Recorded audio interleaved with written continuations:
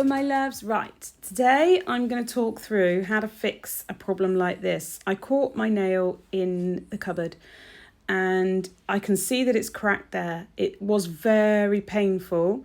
It did not bleed. I've left it for a few days. There's definitely damage. I just don't know how bad the damage is. I've also whacked the other one and knocked crystals off. I'm not used to having long nails and I've absolutely trashed them. But we need to know how to safely deal with this because there could be an open wound under there. I don't think there is. I'm going to show you what to do. But first, I just want to let you know we've got a competition running. Okay, so if you purchase our January box, then use the products in there to create a design. You are in with a chance of winning the February box.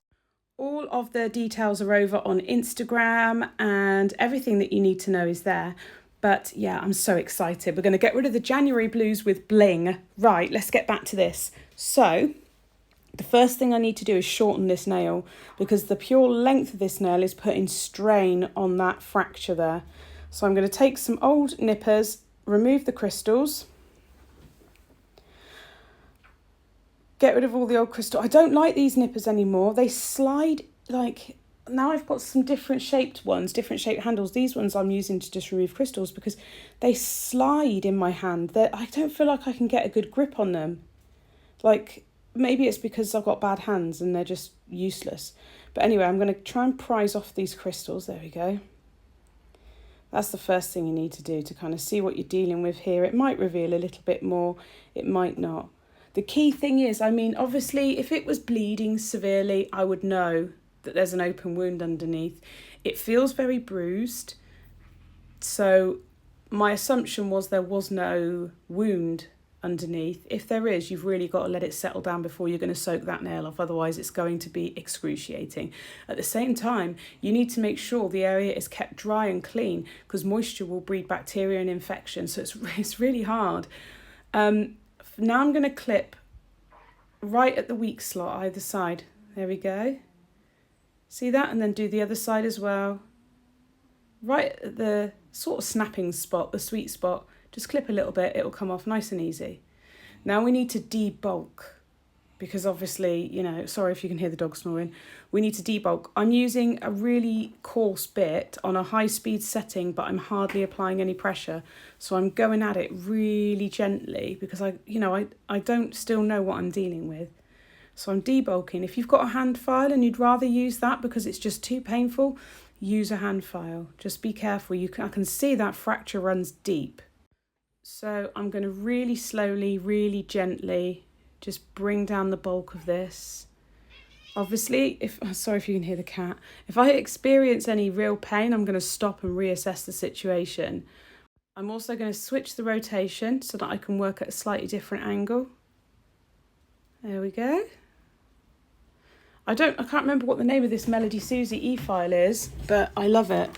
I can't remember what it's called. Model US801. I don't know, but I love it anyway because it's got a rubber handle instead of the hard plastic handles. I can't stand metal or plastic handles. I like rubbery ones that are soft.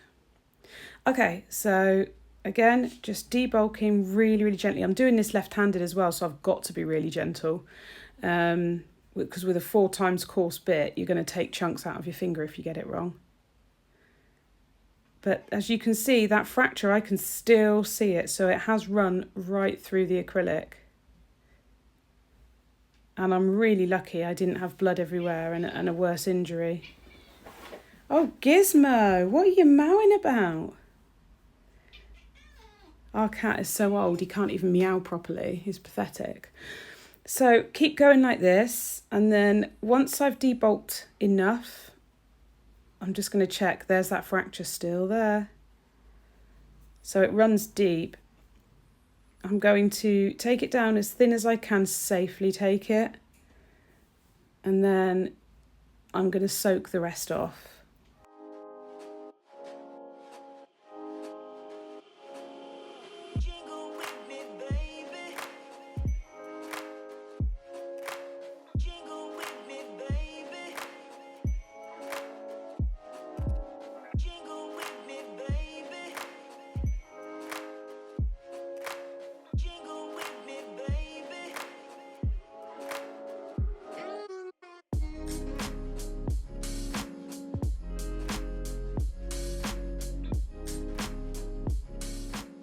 Okie dokie, so I'm going to grab some acetone on a lint-free pad or lint-free wipe, and I'm going to pop it over the nail and wrap it up like a Christmas turkey.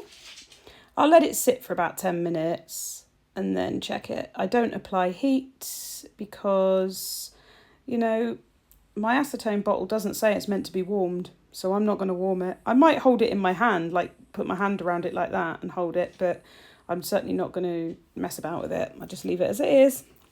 Let it do its thing, come back to it 10 minutes later, unwrap the Christmas turkey. Doesn't smell as nice as Christmas turkey.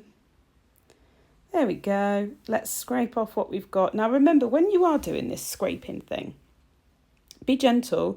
Only scrape off what's coming off. Don't try and scrape stuff off that's still stuck to the nail. Just re-soak it. Otherwise you're just going to damage the nail. So that's come off. That's like the first layer. There's a few more sticky bits sticking up that I can get off, but I'm not going to push it. If it's not coming, it's not coming. Don't want to cause any damage. I can see there's going to be damage where that crack was, obviously, and luckily it's not so bad, but it could have been a lot worse. So I can just see some of it there. I'm going to scrape that back there. Comes off quite easily. Just turn the nail around, scrape forward. I'm like, nope, that's not budging, so we're going back in. Wrap up for another 10 minutes or 5 minutes, however long. Just give it a check and see when it's done. There we go. Popping back in.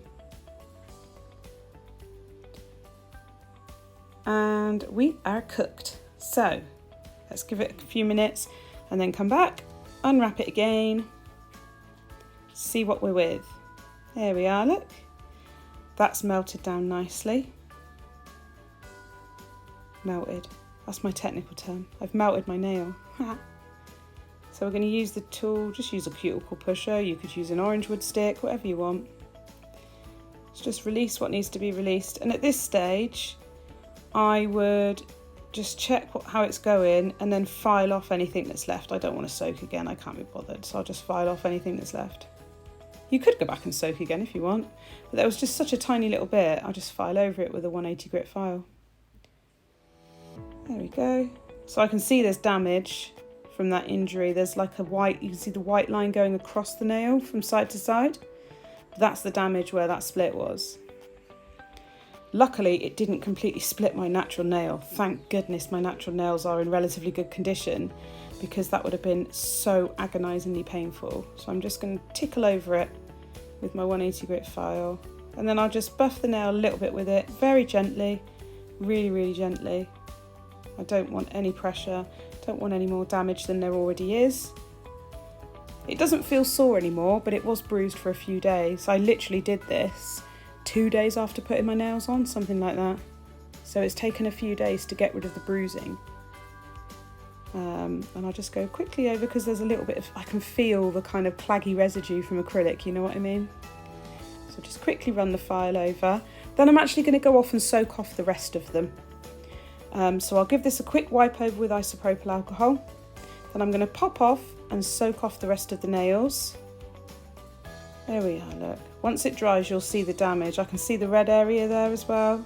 It's just all bruised underneath. It's not very healthy now. Just have to go gentle with it. So I've soaked off all the rest of them, and I'm going to apply the Blossom Cuticle Oil, which was limited edition for the Madam Glam calendar. I'll apply that to each of the nails, massage it in generously, give them some TLC, and then we will be done. I really hope this has been informative.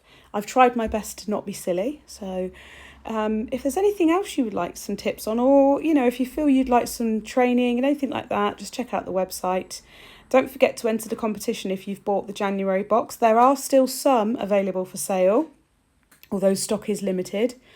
And they're less than £30. So get in there while you can, and yeah, bag yourself a February box. Here's a finished thing. Anyway, I'll see you soon. Tally bye!